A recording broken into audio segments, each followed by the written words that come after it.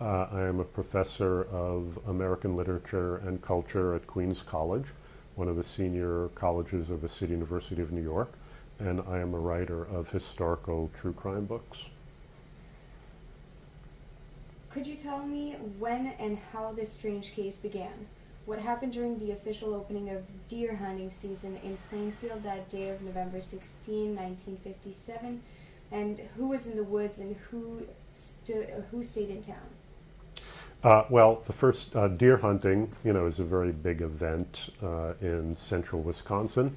And on the first day of deer hunting season in the small town of Plainfield, basically the entire male population was out in the woods hunting deer, with one major exception, Edward Gein, who had stayed behind. Supposedly, Ed did not like to hunt animals. He claimed to have an aversion to blood. So, yes, he was one of the few men, adult men, who was still in town on the first day of deer hunting season. And as soon as all the other men cleared out, he drove his pickup truck into town and went into the hardware store that was co-owned by a woman named Bernice Worden and her son, Frank Worden. Frank was out of town, and Ed had been bothering Bernice for a while. He had developed this, what she felt, strange, inappropriate attraction to her, which she did not encourage in any way.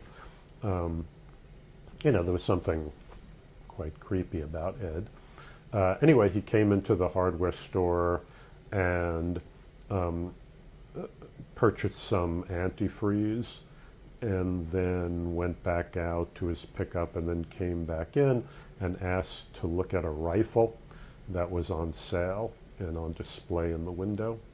And he took the rifle, and when Bernice Worden's back was turned, he loaded it and shot her in the back of the head.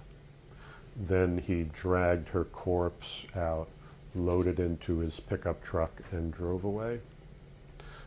Later that afternoon, when Bernice Worden's son returned from the hunting trip, he was surprised to find that his mother was not in the store, and he noticed a trail of blood that was leading from behind the counter out through the back door.